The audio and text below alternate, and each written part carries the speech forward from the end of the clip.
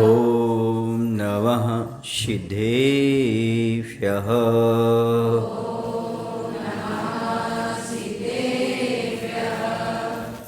जीवमजीवं दौं जिन्वरवसहेण जेन निदिष्टं देवेन्द्रविन्दवन्दं वन्दे तं सौदा शिरसा वन्दे तं सौदा शिरसा। बोले देवादेव श्री महावीर भगवान की, आचार्य नेमिचंद महाराज की, आचार्य गुरुदेव भगवान श्री विद्यासागर जी महाराज की, नवाचार्य श्री समय सागर जी महाराज की।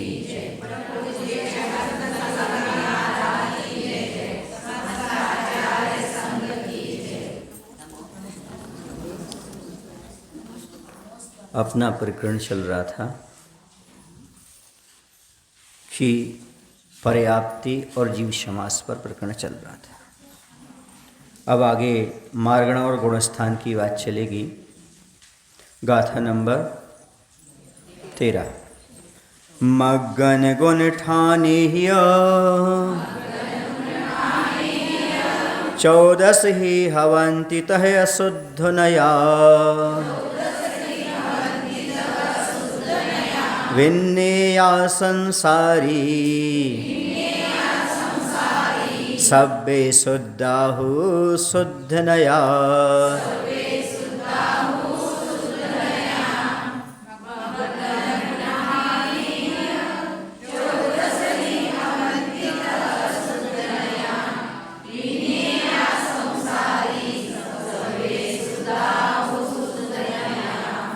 तह तथा संसारी, संसारी जीव शुद्ध नया अशुद्ध नया, व्यवहार नय, अशुद्ध नय माने व्यवहार नय, व्यवहार नय से 14 ही 14 मग्गन गुण ठाने ही, मार्गण और गुण स्थानों की अपेक्षा 14 ही 14 प्रकार हवंती होते हैं।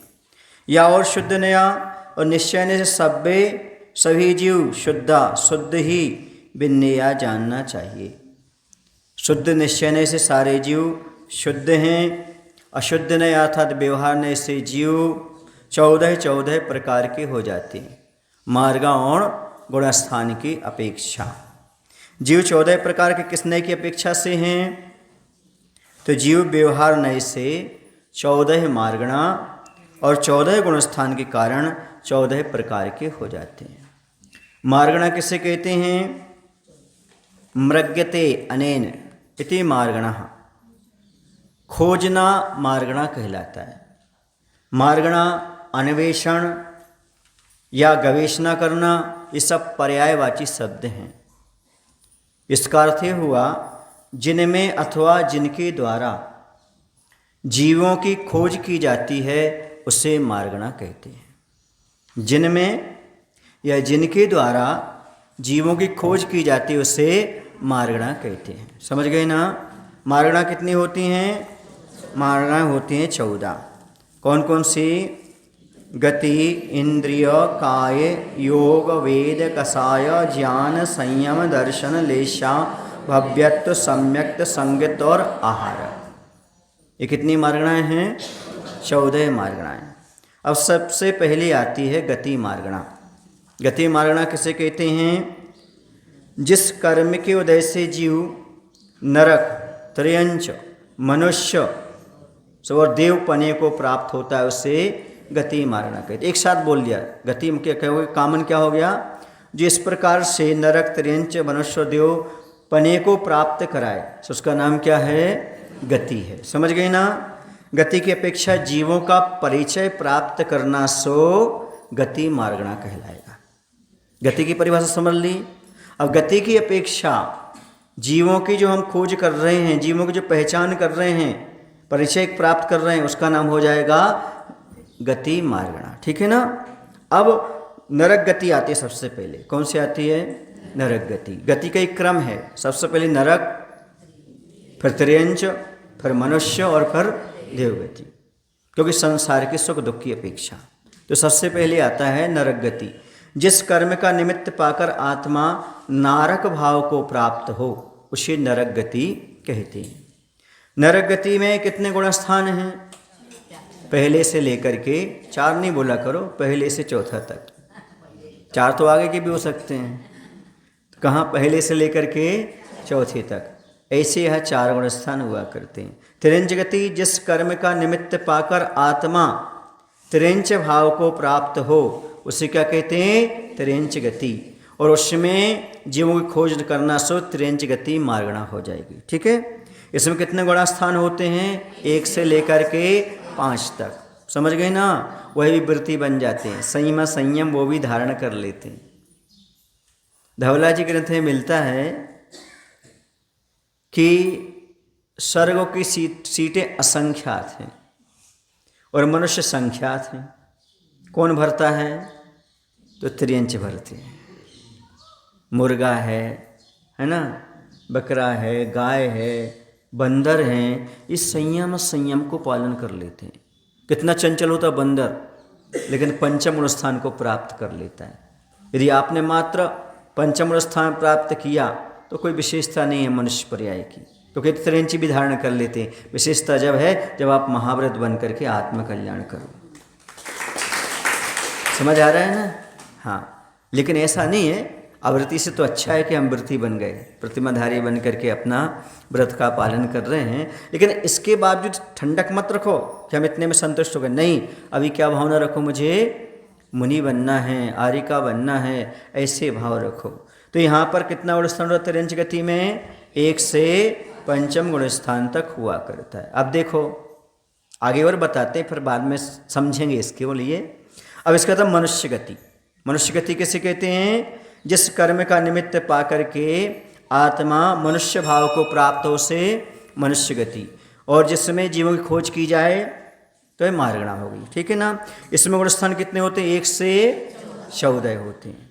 अब चलते देवगति में। कहाँ चलते हैं? वैसे जाना ही है लोगों को देवगति में, तो अभी मोक्ष तो मिलना नहीं है, जब तक क्या करोगे। तो जिस कर्म का निमित्त पाकर आत्मा देव भाव को प्राप्त हो उसे देवगति कहते हैं। देवगति में कितने गुण स्थान होते हैं? 1 से लेकर के 4 तक। अब देखो आप, एक संयम की अपेक्षा, गुणस्थान की अपेक्षा देव से श्रेष्ठ कौन है? त्रियंच। क्योंकि देव के पास कितने हैं? 4 गुण स्थान, और त्रियंच के पास 5 गुण स्थान है। समझा ना? लोगों को जो मिथ्यात्व पढ़े हैं, जो देवी देवताओं की आराधना में लगे हैं, उनको समझने के लिए है ये सबसे बड़ी चीज़, मिथ्यात्व को छोड़ने के लिए, कि उस देवता से भी ज़्यादा गुण स्थान किसके पास है? त्रियंच के पास है। और तुम किसकी आराधना करने जा रहे हो? जबकि त्रियंच उससे ज़्यादा पढ़ लेता है। मनुष्य की भी बात ही नहीं की हमने। किसकी बात कर रहे हैं हम? किससे कंपेरिजन कर रहे हैं हम? त्रियंच से। तो उन्हें जिन देव देवताओं को आप तो नमस्कार कर, उनका भरोसा नहीं है कि वो सम्यक दृष्टि हों और चौथा गुण स्थान हो ही, ये कोई नियम नहीं है। समझ में आ रहा है ना देवताओं का? फिर भी हमने मान लिया, चलो ठीक है ना। लेकिन जब उसकी आराधना करने वाले श्रेष्ठ कौन हो गए? त्रियंच हो गए ना। मैं आपको बता दूं, कोई नियम नहीं है कि आपके घर में बैठा भैया सम्यक दृष्टि हो, पर आपके घर में बंधी हुई गैया सम्यक दृष्टि हो सकती है। भैया और गैया, समझ गए ना? भैया और गैया जानते हैं आप लोग? हाँ, आप लोग सब जानते हैं हिंदी में। तो भैया जरूरी नहीं है कि आपका क्या हो, सुन रहे, सम्यक दृष्टि, लेकिन गाय हो सकती, चिड़िया हो सकती है। ऐसा मानस्तंभ का दर्शन करके, जन्म के दर्शन करके, बाह्य निमित्त को पा करके वह भी सम्यक दर्शन की प्राप्ति कर लिया करते। तो त्रियंचों के भी चौथा नहीं 5वां तक पहुंच जाता है, लेकिन देवताओं के, हाँ। एक बार हम रास्ते में विहार करते आ रहे थे अभी, तो एक प्रसिद्ध परिवार पढ़ा, नाम तो नहीं खोलूँगा, उन्होंने हमसे पूछा, महाराज जी आप लोग देवी देवताओं को क्यों नहीं मानते? मैंने कहा मानता हूँ, पूरा आगम भरा पड़ा है। हैं? हमने तो सुना है विद्यासागर से देवी देवताओं को नहीं मानते। हमने किसने कहा? सच्चिदानंद देवी देवताओं को हम ही मानते हैं, और सच्चा जो कहा है आगम में वो ही मानते हैं। देवता असंयमी होते हैं, देवता पूज्य नहीं होते, उनका चौथा गुण स्थान होता है, ऐसा आगम में लिखा है, ऐसा हम भी मानते। बोलो ना, कौन के हम नहीं मानते? पूज्य नहीं होते, वो पूजने योग्य नहीं है। सही आगम जो है वो हम बता रहे हैं आपको। किस कौन कहता देवता को नहीं मानते हम? मानते हैं, चतुर्निकाय के देव होते हैं, वरना ये स्वधर्मिंद आदि क्यों बनवाते, पंचकर्म सब कुछ क्यों करते? बोलो ना, चतुर्निकाय के देव कैसे नहीं है? आगम में है कि नहीं? देवा चतुर्निकाया, या संयमी होते हैं, चौथे गुण स्थान से ऊपर नहीं होते हैं। अच्छा महाराज जी, उनको संयम नहीं होता? अब बताओ, उनको ये भी नहीं पता कि उनको कौन सा गुण स्थान होता है? पूजने बैठे हैं, आराधना करने बैठे हैं और परिचय है नहीं है। ये क्या है? ये तो अज्ञान है। लोगों को पता ही नहीं किसकी पूजा करना, किसकी पूजा नहीं करना, कौन हमारे आराध्य है, कौन नहीं है। उन्हें गुणस्थान तक का पता नहीं है। किसी ने बता दिया तो पूजन शुरू कर दी, किसी ने बता दिया कर दिया। पर याद रखो बंधुओं, शक्ति के बिना कोई कर्म नहीं होता, भक्ति के बिना कोई भक्त नहीं होता। और परंपरा के निर्वाह को धर्म मानने वालों, याद रखो, बिना विवेक के कोई धर्म नहीं होता। विवेक रखो, परंपरा का निर्वाह धर्म नहीं है जो हमारे यहाँ चला आ रहा है, जिसने बता दिया हम मान रहे। नहीं, आगम में क्या लिखा है, सत्य क्या है, प्रामाणिक क्या है, उसे लेकर के काम करो, तभी आप आगे चल करके मोक्ष मार्ग को पा सकते हो। वरना मोक्ष मार्ग, मोक्ष तो दूर है, मोक्ष मार्ग भी नहीं मिलेगा जिन शासन से ही बाहर हो जाओगे आप। जिन शासन देवी देवता कौन कहलाते हैं? अभी किन का शासन चल रहा है? हाँ, महावीर भगवान का। तो हमारे शासन देवता कौन कहलाएंगे? फिर ये दुनिया के कहाँ से आ गए? ये शासन देवी देवता हैं, ये कुदेव हैं, ऐसा भेद कैसे किसने कर दिया? ये रागी देशी को शासन देवता मानेंगे जैन दर्शन में क्या? हमारे वर्तमान के शासन नायक कौन है? तो मानो फिर जैन दर्शन के शासन देवी देवता। देवी तो होती नहीं है, कौन होते हैं शासन में? महावीर भगवान, अकेले केवली भगवान होते हैं। पूजो, किसने मना किया? पर तुम कहाँ मिथ्यात्व में जाकर के पड़े हो? ये विषय आ गया इसलिए कह रहा हूँ, बुरा नहीं मानना, लग जाए तो सुधर जाना। तो ये कह रहे थे एक गुण स्थान से लेकर के 14 गुण स्थान मनुष्य के होते हैं, है ना, नरक के और देव के चौथा गुण स्थान तक होता है, और त्रिंज के 5वां गुण स्थान होता है। ठीक है ना? चारों गति का याद कर लो। नरक और देव के पहले से चौथा गुण स्थान होता है, त्रिंज के पहले से 5वां गुण स्थान होता है, मनुष्य के पहले से 14 गुण स्थान हो सकते हैं। चूँकि हमने आपकी पूज्यता पर प्रश्न चिन्ह खड़ा किया है कि पूज्य फिर यदि आप ऐसा लेते हो तो सम्यक दृष्टि भी नहीं है। सम्यक दृष्टि हो सकते हैं, लेकिन त्रिंच उससे बड़े हैं, क्योंकि सम्यक दृष्टि भी हो सकते हैं और अणुव्रत को भी धारण कर सकते हैं। और आप तो मनुष्य हैं, आप तो 14 गुण स्थान पार कर सकते हैं। और यदि स्त्री पर्याय में है तो 5वां गुण स्थान अभी वर्तमान में ले सकते हैं। इसलिए आप उनसे बड़े हैं। उनकी आराधना करने से पहले सोच लो। अपमान तो नहीं करना, किसी का सम्मान तो करना है, पर पूजना नहीं। समझ रहे आप लोग कि नहीं? आगम में सम्मान करने को कहा गया, क्या कहा गया? जय जिनेन्द्र, कहीं नहीं लिखा आगम में कि जय जिनेन्द्र करो। निस्सही निस्सही निस्सही, इतनी कहा गया। Site please, site please, site please. क्या है? मैं भगवान के दर्शन करने के लिए आ रहा हूँ, आप भी दर्शन कर रहे हैं, साइट प्लीज। निस्सही निस्सही निस्सही, आपको बाधा नहीं पहुँचाऊंगा, आप भी दर्शन करो, हम भी करें, पर आप पर पैर ना पड़ जाए, आप साइट में हो जाइए, क्योंकि आप हमें दिख नहीं रहे हैं। इसलिए क्या बोलूँगा आपको? निस्सही निस्सही निस्सही। ना जय जिंद कहा गया है और ना अर्घ कहा गया है, ना पूज्यता का कहीं आगम में उल्लेख नहीं मिलता। ठीक है ना? चले अब आगे। अब कुछ लोग कहते हैं महाराज जी अर्घ कहा गया है। अर्घ किसे कहते हैं? राजाओं को भी अर्घ दिया जाता था पहले। किनको? अर्घ का अर्थ होता है मूल्यवान वस्तु। अर्घ माने क्या होता है? कहीं अर्घ का अर्थ 8 द्रव्य नहीं कहा गया, ये 8 द्रव्य में ला करके इसको अर्घ बोलते हैं। मूल्यवान वस्तु का नाम है अर्घ। समझ रहे ना? तो मूल्यवान वस्तु राजा को भी दी जाती थी। बोलो ना, इसलिए अनर्घ पद प्राप्त है अर्घम निर्वपामति। अनर्घ पद कौन सा है? जिसका कोई मूल्य नहीं, अर्थात अमूल्य है। ऐसा मोक्ष पद के लिए हमें मूल्यवान वस्तु आपके चरणों में चढ़ाए, ये भगवान के लिए अर्घ हो गया। आई समझ में? कहीं भी मूल ग्रंथों में अष्टक के अलावा कुछ नहीं मिलता। द्रव्य जो मिलती उतनी मिलती, इसको मिला करके अपन अर्घ बना देते हैं। ऐसा नहीं, पर अर्घ का ऐसा कोई उल्लेख नहीं है। अभी आपको पंचनंदी पंचवस्त्र ग्रंथ पढ़ाया था ना, उसमें भी यही द्रव्यमूली फल तक, इसके वाला अर्घ का कोई व्याख्यान नहीं। अर्घ माने होता है मूल्यवान वस्तु। और अच्छे स्वाध्याय कर लेना, पढ़ना आप मूल ग्रंथों को।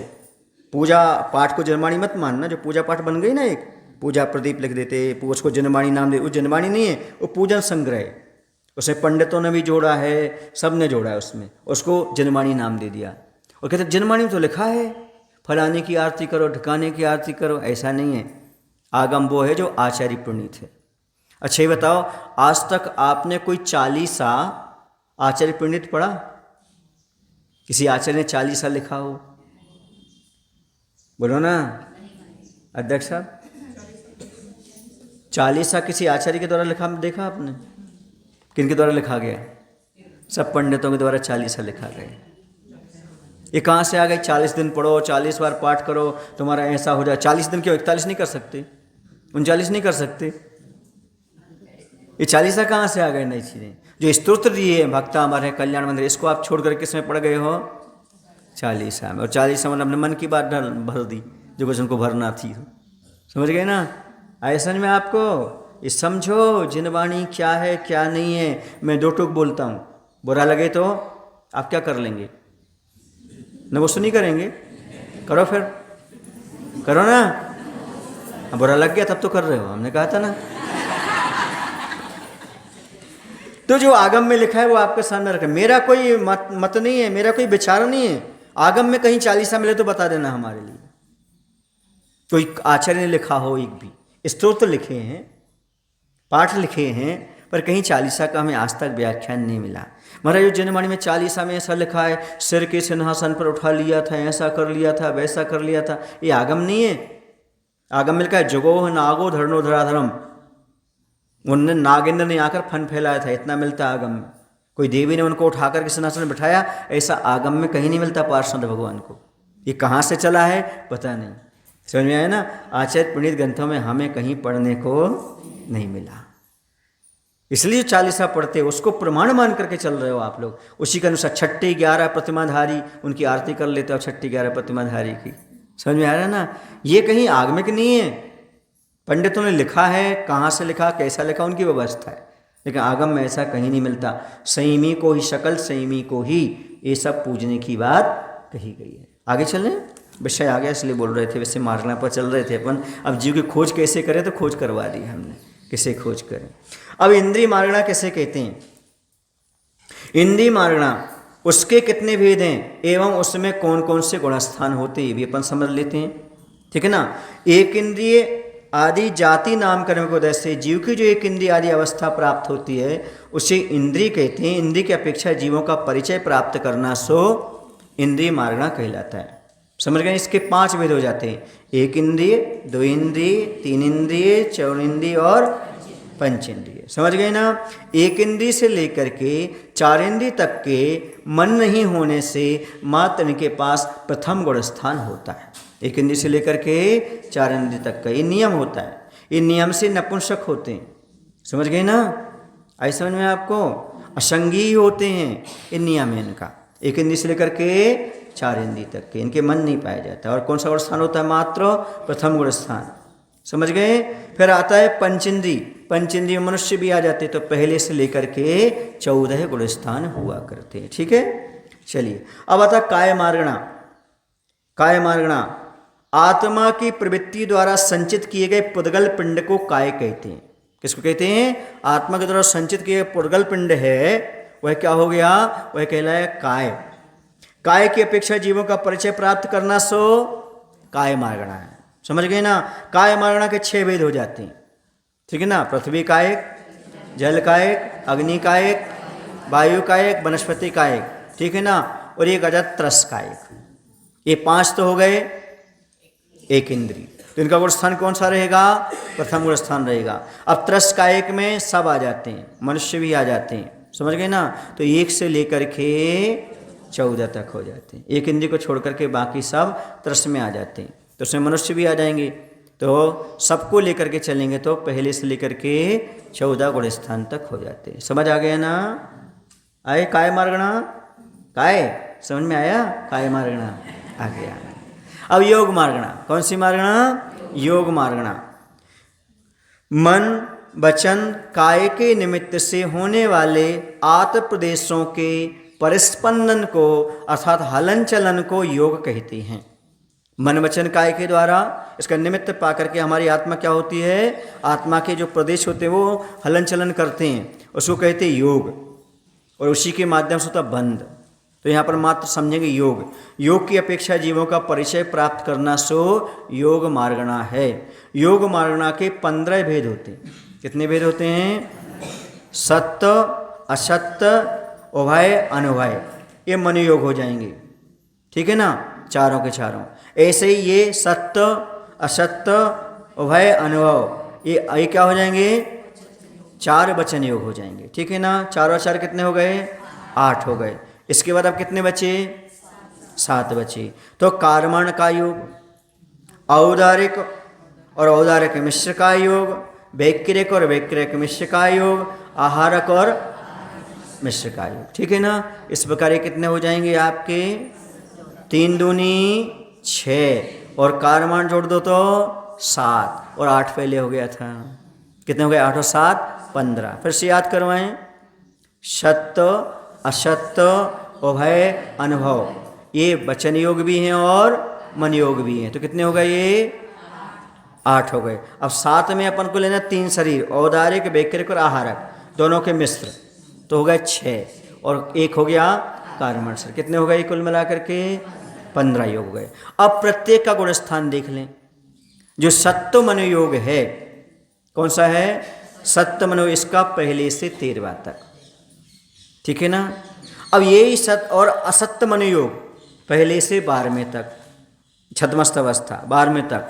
इसके बाद उभय मनोयोग पहले से 12वें तक, अनुभय मनोयोग पहले से 13वें तक। ऐसी वचन योग का लगा लेना।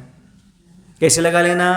जैसे मन योग का लगाया तो सत्य वचन योग होगा 1 से 13, और असत्य वचन योग होगा 1 से 12, और उभय वचन योग होगा 1 से 12, और अनुभय वचन योग होगा 1 से 13, ठीक है ना। फिर से समझ लो, सत्य मनोयोग और अनुभय मनोयोग 1 से 13, ठीक है ना। और इसी में लेना ना आप सत्य वचन योग और अनुभव वचन योग, इनके हो जाएंगे 1 से 13 तक। और जो बातें बची असत्य मनोयोग, उभय मनोयोग और असत्य वचन योग और उभय वचन योग, इनके 1 से 12, ठीक है ना, गुण स्थान देंगे। अब इसके बाद आते हैं अपन कार्मण का योग। कौन सा आता है? कार्मण का योग। कार्मण का योग कहाँ कहाँ होता है? विग्रहगतौ कर्म योग, तत्वसूत्र पढ़ के आए आप। कोई कार्मण योग की बात करे तो विग्रहगतौ कर्म योग, इस सूत्र विग्रह गति में होता है ना। विग्रह गति कहाँ पाई जाती? मरण के समय। विग्रह मानो तो शरीर, दूसरे शरीर को प्राप्त करने के लिए गति होती है, उसका नाम होता है विग्रह गति। विग्रह माने मोड़ा होता है, विग्रह माने गति होती है, विग्रह माने झगड़ा होता है। 3 अर्थ ले लेना। शरीर के लिए गति सो विग्रह गति, लड़ाई के लिए गति सो कर्म का योग, कर्म के बिना लड़ाई भी नहीं होती और शरीर भी नहीं मिलता। और मोड़े वाली गति कर्म वाले जीव की ही होती है। अविग्रह जीवस, उसको तो सीधी गति होती है। तो 3 अर्थ हो गए। विग्रह माने शरीर, विग्रह माने मोड़ा और विग्रह माने झगड़ा। 3 अर्थ ले लेना, 3 उसमें मिल जाएंगे आपके लिए। तुलनात्मक अध्ययन से आपको ज्ञात होगा कि इसका क्या है। कर्म का योग में रहता है, लड़ाई में कर्म का योग रहता है, दूसरे शरीर प्राप्ति में कर्म का योग रहता है, और मोड़े मारी गति कर्म वाले जीव की होती है, संसारी जीव की, ठीक है ना। 3 अर्थ हो गए। तो यहाँ पर मुख्य लेना क्या? शरीर के लिए जो गति होती है उसका नाम क्या है? विग्रह गति मानी जाती है। उसमें कार्मण का योग होता है। वो कहाँ होता है? जहाँ जहाँ मरण होता है। पहले गुण स्थान में मरण होता है, दूसरे गुण स्थान में मरण होता है, चौथे में, तीसरे में मरण नहीं होता। तो कितने गुण स्थान हो गए? ये 3। अब इसके बाद क्या होता है? 13वें गुण स्थान में भी होता है, जब समुद्घात होता है, तो वहाँ पर क्या होता है? कार्मण का योग पाया जाता है। तो कितने गुण स्थान हो गए इसके कार्मण का योग के? पहला, दूसरा, चौथा और 13वां, ऐसे 4 गुण स्थान हो गए, ठीक है ना। ये किसके हो गए? कार्मण का योग के। आपको समझ में तो आ रहा ना एक एक करके? हाँ आ रहा है। अब आता है औदारिक मिश्र का योग। इसकी भी यही व्यवस्था है, क्योंकि ये भी वहीं कब प्राप्त होगा? जब जीव मरेगा उस समय। समझ गए ना? विग्रह गति में या फिर वो समुद्घात की अपेक्षा। तो औदारिक मिश्र का योग का भी पहला, दूसरा, चौथा और 13वां गुण स्थान रहेगा। ठीक है ना। औदारिक का योग, औदारिक शरीर किसके पाया जाता है? मनुष्योत्तरी अंश के। मनुष्य के कितने गुण स्थान होते हैं? 14। लेकिन 14वां गुण स्थान योग से रहित है, तो कितने गुण स्थान बचेंगे? 13। ठीक है ना। तो क्या हो गया ये औदारिक कायोग का कौन सा रहेगा? 1 से लेकर के 13 तक। ठीक है ना। वैक्रिक मिश्र का योग पहला, दूसरा और चौथा, क्योंकि ये देवता और नारिकों के होता है, तो 13वां तो बनेगा नहीं, तो कितने रहे इसके? 3 बचे। कौन से? 1, 2 और 4। और वैक्रिक का योग देव नार को पाया जाता है, तो 1 से 4 तक। आहारक मिश्र का योग मात्र मुनिराज के होता है। किनके होता है? हाँ, तो ये 6ठा गुण स्थान पाया जाएगा। और आहारक मिश्र भी पाया जाएगा और आहारक का योग भी, दोनों 6ठे गुण स्थान तक। ठीक है ना। आ गया समझ में? अब बोलो ना। ऊपर के तो समझ में आ गए थे आपको, कैसे आ गए थे? सत्य मनोयोग, असत्य मनोयोग, और ये दोनों वचन योग 1 से 13। ठीक है ना। फिर उभय मनोयोग, अनुभय मनोयोग,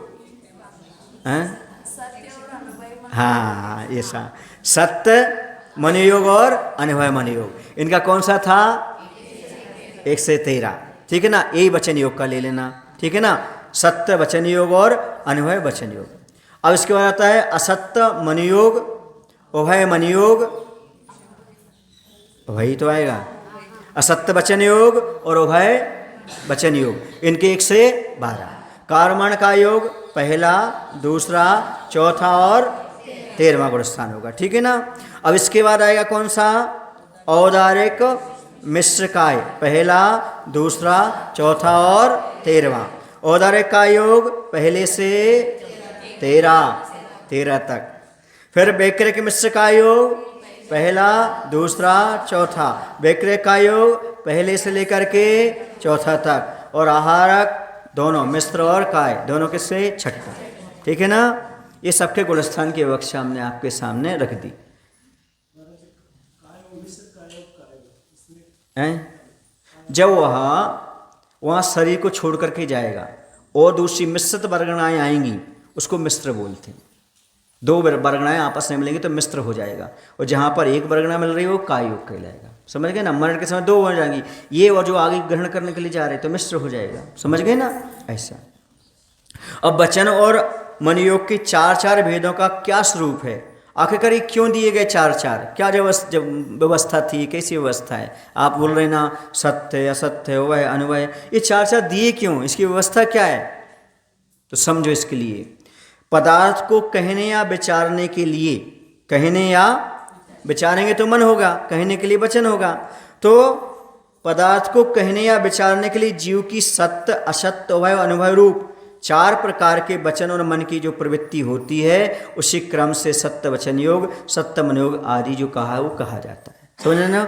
ये प्रणाली होती है उसकी, जीव की कहने की और विचार करने की जो शक्ति होती है, उसके आधार पर 4 रखे गए। जैसे सत्य के विषय में होने वाली मन की प्रवृत्ति को सत्य कहते हैं। यह जल है, जल को देखकर क्या कहना? ये जल है। ठीक है ना। ये हो गया कौन सी? सत्य के विषय में होने वाली मन की प्रवृत्ति हो गई। ठीक है। अब असत्य के विषय में जो होती है प्रवृत्ति होती, वो कैसी होती है? असत्य कहते हैं। जैसे मृग मरीचिका को जल कहना।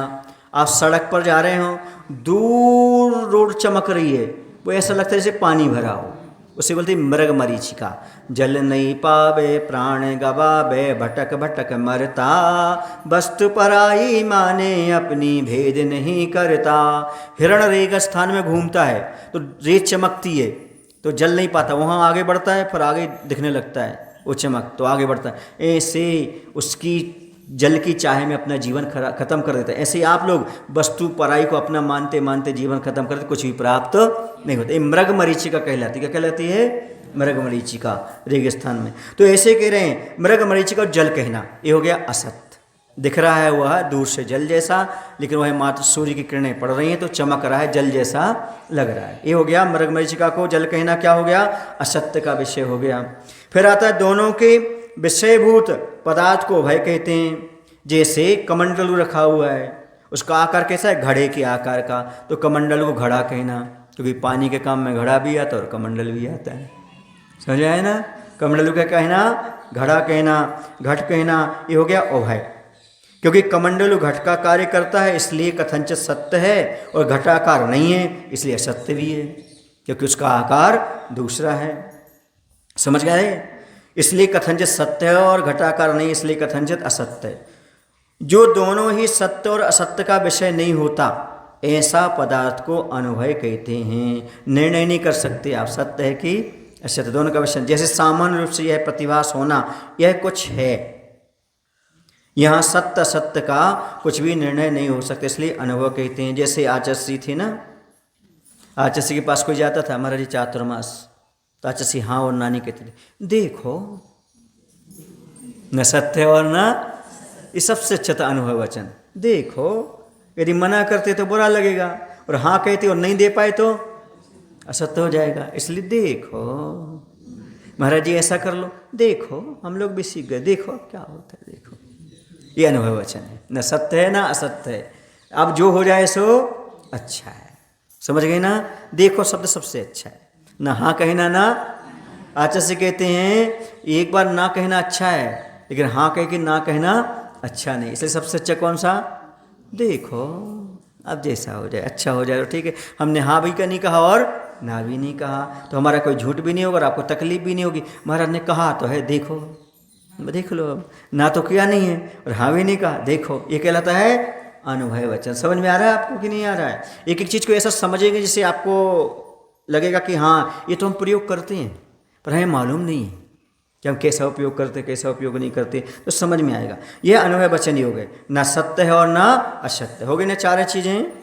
आगे आपको समझ में, आप वैसे पढ़ते थे आप, लेकिन आपको विथ एग्जाम्पल समझ में नहीं आया होगा। आया है कभी? नहीं, सुना ही नहीं आपने, पढ़ा ही नहीं। हाँ हाँ, अनुभव वचन इसलिए होता है भगवान का वचन, क्योंकि भगवान मात्र उपदेश देते, आदेश नहीं देते। क्या देते हैं? अब जैसा आप स्वीकार कर लो तो कर लो। समझ गए ना? हाँ, इसलिए मैं भी उपदेश ऐसे देता हूँ, as you like can you live. मैं मत बता सकता हूँ अशुभ करने से पाप बंद होता है नरक जाओगे, और शुभ करने से पुण्य बंद होता है स्वर्ग जाओगे। अब बताओ आपको कहाँ जाना? हमने कहा तो नहीं आपको नरक जाना है, आपको स्वर्ग। ऐसा करने से जाएगा जीव, ऐसा करने से जाएगा जीव। अब आपको क्या करना? आप समझदार होंगे तो समझ जाएंगे अशुभ से बचना है, अशुभ में प्रवृत्ति करना है। कल कहा था ना कि भगवान पार्श्वनाथ के जीवन से सीखो। उन्होंने 10 भाव तक क्या नहीं किया? क्रोध नहीं किया। आप 10 मिनट बिना क्रोध के रह लो, 1 घंटा रह लो, 10 घंटा रह लो, बोला था ना? बोलो, ये तो बताया था आपके लिए। तो उपदेश ही होता, अनुभव वचन है। किसी को चुभे भी ना और बात की बात कह लो।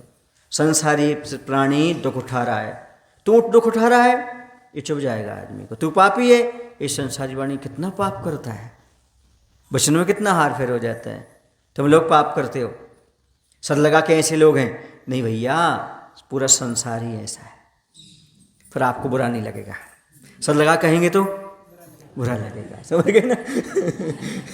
लेकिन ऐसा कहेंगे तो किसी को नहीं, क्यों? संसारी प्राणी की दशा ही ऐसी, उसमें हम भी हैं और आप भी हो। समझ गए? इस प्रकार की स्थिति। अब आता है इसके बाद, अब क्या आता है? अब कल समझेंगे। समय और ले लें, थोड़ा सा ले लें, चलो ले लेते। कर्मण का योग। अब कौन सा? जब यह जीव मरण कर नया शरीर धारण करने के लिए विग्रह गति में जाता है, तब कर्मण शरीर के निमित्त से आठ प्रदेशों में जो परिस्पंद हलन चलन होता है उसे कर्मण का योग कहते हैं। विग्रह गति के अलावा हमने बताया केली भगवान के प्रतर और लोकपूर्ण समुद्घात 2 होते उस समय कर्मण का योग होता है। किसमें? दंड और कपात में नहीं होता, प्रतर और लोकपूर्ण में। इस प्रकार का कर्मण का योग बनता है। और इसके बाद आता है औदार्यक मिश्र का योग। औदार्यक शरीर की उत्पत्ति प्रारंभ होने से प्रथम समय से लेकर जब तक शरीर पर्याप्ति पूर्ण नहीं कर लेता तब तक औदार्यक मिश्र का योग होता है। यहाँ वह जीव कार्मर वर्णों से मिश्रित औदार्यक वर्गणाओं को ग्रहण करता है, इसलिए औदार्यक मिश्र का है। कार्मण है और औदार्यक का मिश्रण हो रहा है। आगे समझ में ना? ऐसा हो गया। फिर उसका औदार्यक का योग। वैक्रियक शरीर की उत्पत्ति प्रारंभ होने से प्रथम समय से लगाकर जब तक शरीर पर्याप्ति पूर्ण नहीं हो जाती तब तक वैक्रियक मिश्र का योग रहता है। इस काल में क्या रहता है? अच्छा, हम क्या बता रहे थे? औदार्यक बता रहे थे। वैक्रिक में पहुँच गए। औदारिक कायोग में क्या रहेगा? मनुष्य त्रियंचों के शरीर को औदारिक कायोग कहते हैं, है ना। उसके निमित्त से जो योग होता है उसको औदारिक कायोग। अब वैक्रिक आएगा। वैक्रिक में क्या है? वैक्रिक शरीर की उत्पत्ति प्रारंभ होने के प्रथम समय से लगाकर जब तक शरीर पर्याप्ति पूर्ण नहीं हो जाती तब तक वैक्रिक मिश्र कायोग रहता है। इस काल में यह जीव कार्बन वर्गणाओं से मिश्रित वैक्रिक वर्गणाओं को ग्रहण करता है, इससे वैक्रिक मिश्र कायोग। कार्बन तो कॉमन रहेंगी। अब जिसका नाम ले रहा है, जैसे वैक्रिक तो वैक्रिक रहेंगी, ठीक है ना, औदारिक तो औदारिक रहेंगी, और आहारक तो आहारक रहेंगी, और कार्बन कॉमन रहेगा। ये दोनों मिल गए तो क्या हो गया? उनकी अपने अपने मिश्र अवस्था बन गई। ठीक है, समझ जाना। जैसे औदारिक मिश्र कायोग कहा तो कार्बन रहेंगी और औदारिक रहेंगी, दोनों मिल गई तो। जैसे वैक्रिक कहा तो वैक्रिक और कार्बन दोनों मिल गई तो वैक्रिक मिश्र कायोग हो गया। आहारक और कार्बन मिल गई तो आहारक मिश्र हो गया। आगे समझ में ना? कौन सी दो वर्गणाएं मिलती हैं? जिसका हम नाम ले रहे हैं वो और कार्बन, इतना जोड़ देना तो अपना काम बन जाएगा, है ना। सरल याद करने का तरीका। आपको बहुत सारी डेफिनेशन नहीं ढूंढना पड़ेगी ग्रंथ में, इतनी ही समझ लो। कौन सी दो मिलती हैं? औदारिक मिश्र कायोग किसे कहते हैं? जहाँ पर औदारिक और कार्बन दोनों वर्गणाएं मिलती हो, क्या कहलेगा? वैक्रियक मिश्र कायोग, जहाँ पर वैक्रिक और कार्बन वर्गणाएं मिलती हैं। आहारक मिश्र कायोग, आए समझ में? ये सरल परिभाषा है, आपके माइंड में आ जाएगी। आप समय में बैठोगे आपको पूरा झलकने लगेगा। जब आप बैठेंगे 5 मिनट 10 मिनट तो बैठेंगे, आपको गुणस्थान याद आएंगे। सत्य की महाराज ने कौन से बताया, अनुभव का कौन सा बताया, सत्य का कौन भाई कौन बताया, ये सारा आपके माइंड में आ जाएगा यदि आप अच्छे से यहाँ पर पढ़ लेंगे तो। हम लोग क्या करते हैं? पढ़ते हैं, पढ़ने के बाद अपनी सामायिक कर ली, उसके बाद क्या समय बचा?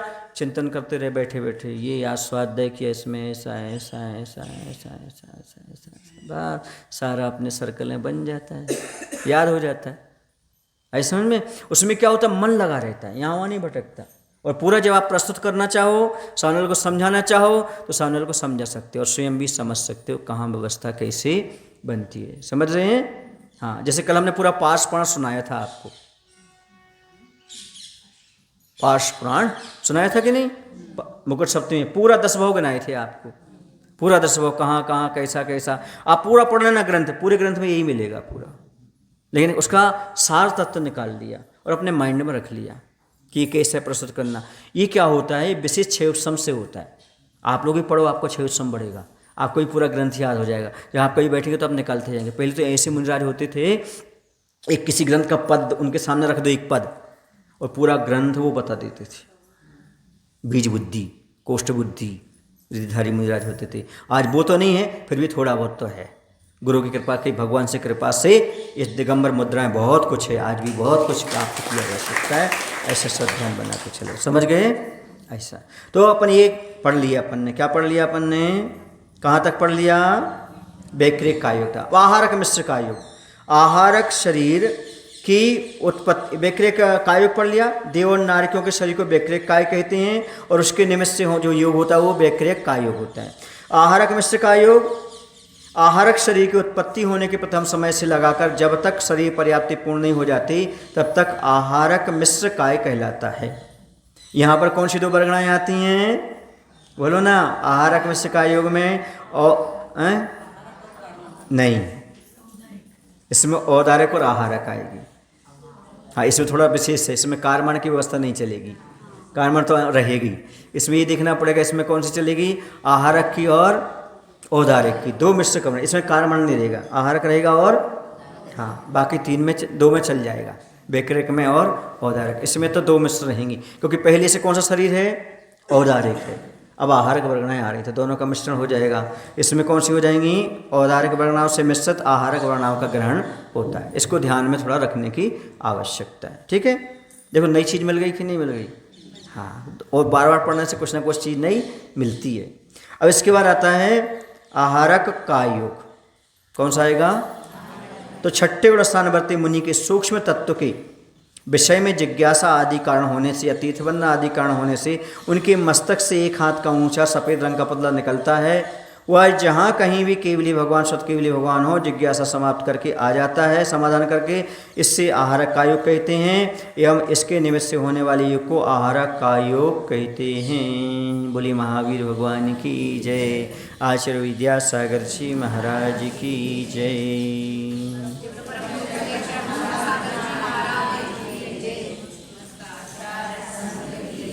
बोधि समाधि परिणाम शुद्धि स्वात्मोपलब्धि शोक सिद्धि चिंतामणि चिंतित वस्तुदाने तां वन्दे मानस्य ममास्तु देवी तां वन्दे मानस्य ममास्तु देवी।